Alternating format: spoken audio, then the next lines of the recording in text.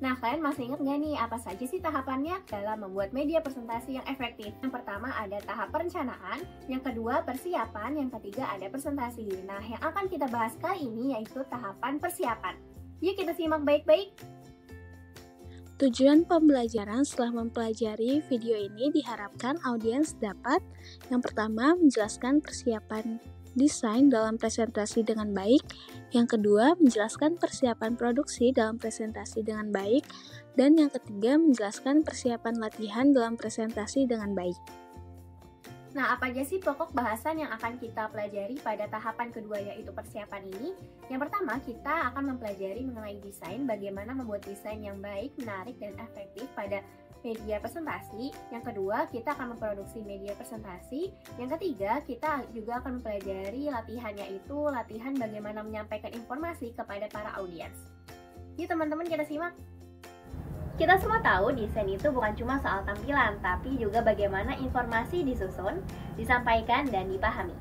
Nah, desain presentasi yang baik akan bikin pesan kita lebih jelas, menarik, dan mudah diingat. Apa itu desain presentasi? Desain presentasi itu mencakup dua hal utama, yaitu unsur verbal seperti kata-kata dan narasi, dan unsur visual seperti gambar, slide, atau video. Desain yang efektif biasanya terbagi menjadi 4 bagian utama. Yang pertama, desain umum. Kedua, desain pembelajaran atau instruksional. Yang ketiga, desain verbal dan visual. Yang keempat, desain spesifik untuk media tertentu. Yang pertama, desain umum terdiri dari struktur appeal atau daya tarik struktur, dan juga terdiri dari personal appeal atau daya tarik pribadi. Kita akan membahas tentang daya tarik struktur terlebih dahulu. Daya tarik struktur di sini maksudnya adalah yang pertama, informasi harus disusun secara logis dan jelas. Kedua, bagian penting disampaikan dulu lalu diulang di akhir, menggunakan pembukaan dan ringkasan, dan berikan petunjuk visual dan verbal untuk menekankan poin penting. Yang keempat, kecepatan bicara juga penting. Kalau audiensnya lansia atau topiknya berat, mungkin bisa dipelankan penyampaiannya. Yang kedua, masuk ke daya tarik pribadi. Yang pertama, di awal kita harus memberitahu kepada audiens apa sih tujuan presentasi yang ingin dicapai, apa sih yang akan mereka dapatkan. Yang kedua, kita juga bisa menggunakan contoh untuk menjelaskan beberapa informasi. Yang ketiga, sampaikan dari sudut pandang mereka, ajak audiens terlibat, tanya, diskusikan, dan ulangi poin penting jika diperlukan. Lalu yang keempat, sesuaikan cara bicara dengan kemampuan pemahaman audiens, jangan menyampaikannya terlalu rumit atau terlalu cepat. Yang kedua, desain pembelajaran. Untuk membuat desain pembelajaran lebih efektif, perlu diperhatikan beberapa. Yang pertama, untuk menarik perhatian, kita bisa menggunakan beberapa variasi dari nada suara, warna, dan gambar. Yang kedua, untuk mendukung persepsi, di sini kamu bisa menyusun materi secara teratur, arahkan fokus dengan panah atau angka. Perhatikan apa yang dilihat atau didengar secara bersamaan atau bertahap. Selanjutnya yang ketiga, untuk mendukung ingatan, kamu bisa menghubungkan informasi dengan pengalaman mereka dan juga bisa menghubungkan contoh dengan pengalaman mereka. Dengan hal ini, informasi dapat mudah diingat oleh para audiens. Selanjutnya, menggunakan pengulangan dan visual bantu seperti diagram atau rangkuman, dan juga bisa menambahkan pertanyaan untuk membantu mengingat dengan mengarahkan perhatian pada hal-hal tertentu. Selanjutnya yang keempat, belajar konsep. Dengan memberikan contoh dan non-contoh lebih efektif saat belajar konsep. Dan juga gunakan gambar nyata dan sederhana, tampilkan informasi secara visual dan lisan sekaligus. Jika ada daftar penting, sebaiknya ditulis dalam bentuk poin dan bukan diselipkan dalam kalimat agar mudah diingat oleh para audiens. Selanjutnya adalah desain verbal dan visual dalam presentasi. Nah, yang pertama kita akan membahas mengenai desain verbal atau biasanya tuh dalam bentuk naskah ataupun kata-kata. Nah, jadi yang pertama yang harus kamu ketahui adalah menulis untuk didengar itu berbeda ya dengan menulis untuk dibaca. Jadi kita harus hindari bahasa-bahasa yang terlalu formal dan gunakan gaya ngobrol seperti percakapan sehari-hari. Nah, ada beberapa tips yang membuat naskah lisan dapat mudah dipahami. Yang pertama yaitu pakai kata-kata yang sederhana dan kalimat-kalimat yang pendek. Tapi tetap harus dijelaskan maksud dan artinya, karena satu kata bisa punya arti yang berbeda-beda bagi orang lain. Kemudian, hindari kata yang sulit diucapkan ataupun yang terlalu teknis. Kemudian, yang ketiga, kan kontraksi dan ulangi poin penting. Nah, maksudnya kontraksi di sini adalah penggunaan gaya bahasa yang santai yang kayak terkesan obrolan sehari-hari. Misalnya kayak tidak diubah menjadi enggak, terus juga saya bisa diganti jadi aku. Nah, kalau ada hal-hal yang penting juga harus ada penjelasannya. Jadi bisa diulang ataupun ditegaskan lagi biar makin jelas dan nempel di kepala audiens. Kemudian akhiri kalimat dengan kata depan sehingga bikin kalimat bisa lebih jelas. Terus juga beri contoh dengan analogi yang dekat dan relevan untuk audiens. Humor juga boleh digunakan, tetapi juga harus aman dan relevan, dan hindari yang bisa bikin para audiens itu jadi ke distract. Yang kedua adalah desain visual, yang berisi tentang tampilan slide dan materi visual. Yang kamu perlu ketahui adalah desain yang sederhana sama dengan desain yang efektif. Jadi kamu harus bisa singkirin elemen-elemen yang gak penting yang dapat membuat para audiens dapat ke distract. Nah, kalau audiens kamu menyukai visual yang berisi kata-kata, kamu dapat mengamati poin berikut. Yang pertama, satu visual itu cukup untuk satu poin penting. Kemudian, gunakan kata kunci dan maksimal 15-20 kata per slide. Nah, 3 hal tersebut itu dapat digunakan agar fokus audiens itu tidak terpecah sehingga pemahamannya sama dan relevan. Selanjutnya yaitu keterbacaan teks. Agar slide yang akan dibuat mudah dibaca, perlu diperhatikan ukuran hurufnya. Jadi, gunakan minimal 18 pt atau 1/4 inci.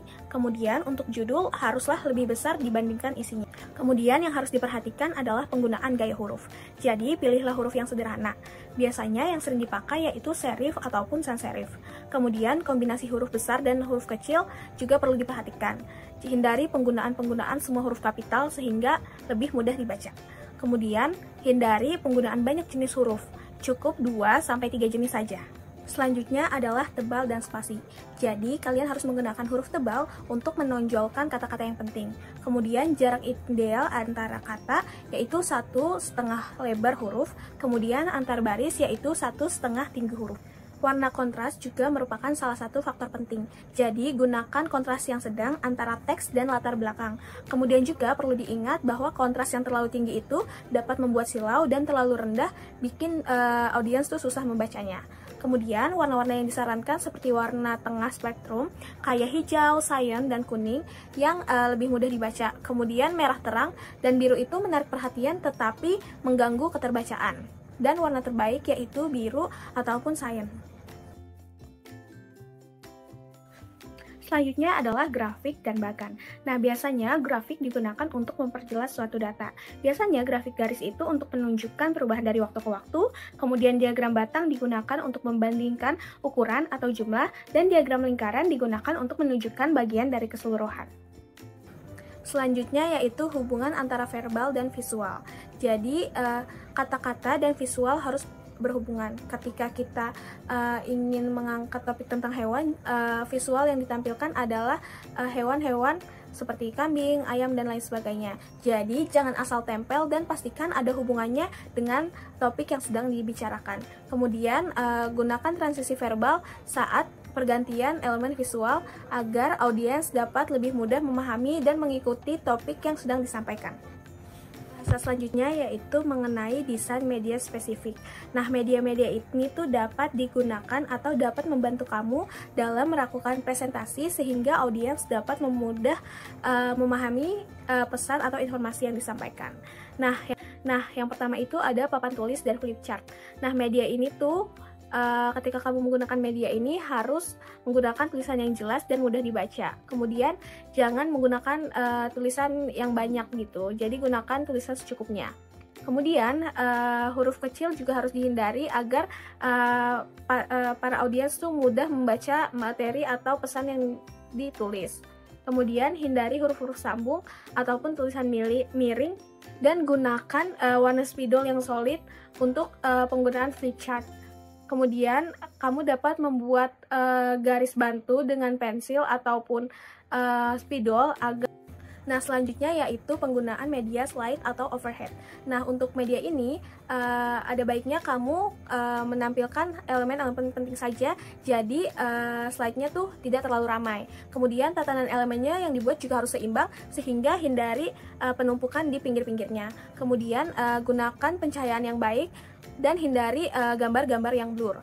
Kemudian ada teks minimalnya yaitu 18 pt agar para audiens mudah untuk membacanya, dan buatlah desain yang bersih, simple, dan relevan sehingga mudah dipahami oleh para audiens. Selanjutnya yaitu media video. Ketika kamu ingin menggunakan media ini sebagai media presentasi, kamu harus memperhatikan penggunaan gerakan dan urutan gambar yang jelas. Kemudian fokuskan kamera pada bagian-bagian yang penting dan gunakan petunjuk bila perlu agar audiens tahu bagian mana yang perlu diperhatikan dan pemahaman audiens meningkat.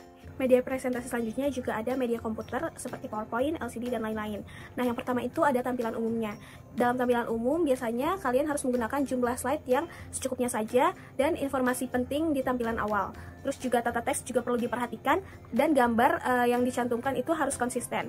Serta penggunaan grafik yang relevan jika memungkinkan. Nah, untuk tata letak biasanya info utama berada di tengah ataupun di kiri atas layar, sedangkan petunjuk tambahan berada di bagian bawah layar. Nah, untuk penggunaan teks dalam media ini, sebaiknya tampilkan paragraf yang utuh dan jangan satu kalimat satu slide.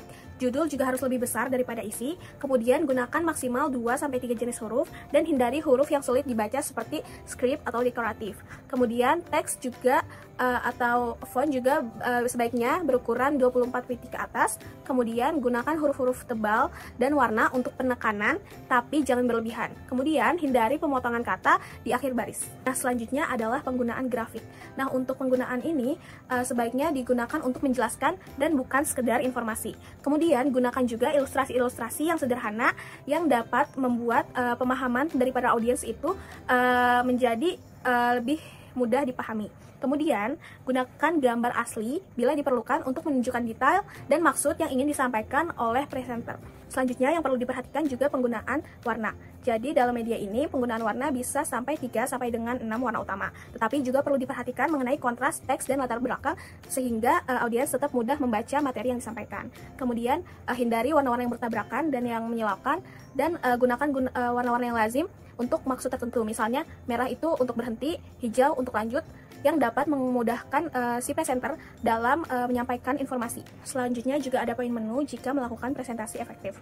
Jadi ada penggunaan daftar menu vertikal, kemudian tambahkan tombol seperti mulai dan keluar, dan terdapat maksimal 1-2 kolom menu per layar. Kemudian ada poin Windows atau jendela pop-up. Nah, pada poin ini tuh tampilan presentasi maksimal 4 jendela dalam satu tampilan, kemudian hindari jendela yang tumpang tindih, dan gunakan batas agar perbedaan jendela dan isi utama dapat terlihat, sehingga para audiens juga tidak terdistract. Selanjutnya, media yang terakhir yaitu handout. Handout itu biasanya merupakan media yang ringkas dan berisi hanya poin-poin penting. Nah, terus kalau kamu ingin menggunakan media ini, sertakan visual utama seperti gambar atau slide. Kemudian penggunaan huruf juga harus diperhatikan. Kemudian periksa ejaan dan isi sebelum dicetak. Terus juga pakai kertas yang tidak menyilaukan mata. Kemudian beri halaman dan dijilid agar rapi dan tidak berceceran bagi para audiens. Kemudian cantumkan kontak agar para audiens dapat bertanya terhadap materi yang disampaikan. Kemudian bagikan handout di waktu yang tepat, seperti awal jika untuk mencatat dan akhir jika untuk rangkuman dan pembuatan proses pertanyaan. Selanjutnya, media yang terakhir. Langkah kedua masuk ke tahap produksi. Pada tahap ini, kamu mulai mengolah materi dan ide yang telah dirancang menjadi media presentasi yang akan disampaikan kepada kamu. Di sini mulai membuat tampilan presentasi, menyusun visualisasi yang sesuai, menyusun grafik, merekam video atau audio, dan menambahkan elemen pendukung lainnya sesuai kebutuhan presentasi kamu. Saat memproduksi, perhatikan dengan baik dan teliti kualitas akhir dari presentasi yang telah kamu buat. Pastikan tampilannya jelas dan menarik, gambar atau grafik sudah sesuai dengan materi, audio terdengar jelas, animasi yang digunakan tidak berlebihan, serta transisi antar bagian terasa mulus agar pesan dapat tersampaikan. Akhir, yang ketiga, terdapat tahap pelatihan. Latihan merupakan kunci percaya diri. Latih semua materi untuk ditampilkan nanti.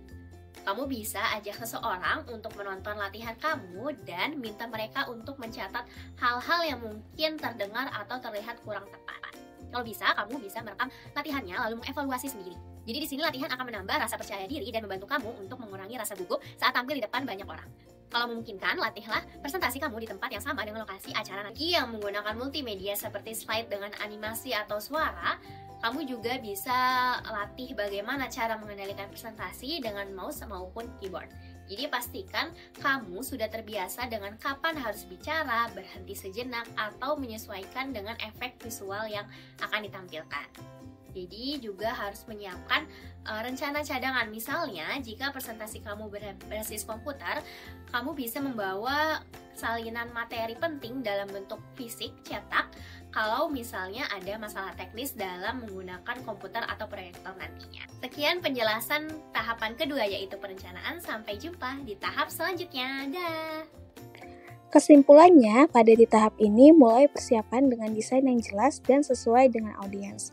Kemudian, gunakan kata yang sederhana dan visual-visual yang mendukung. Pada proses produksi, juga pilih media yang tepat dan susun materi secara efisien. Kemudian, lakukan latihan untuk meningkatkan kepercayaan diri dan antisipasi kendala. Oke, terima kasih teman-teman sudah menonton video ini. Semangat belajar!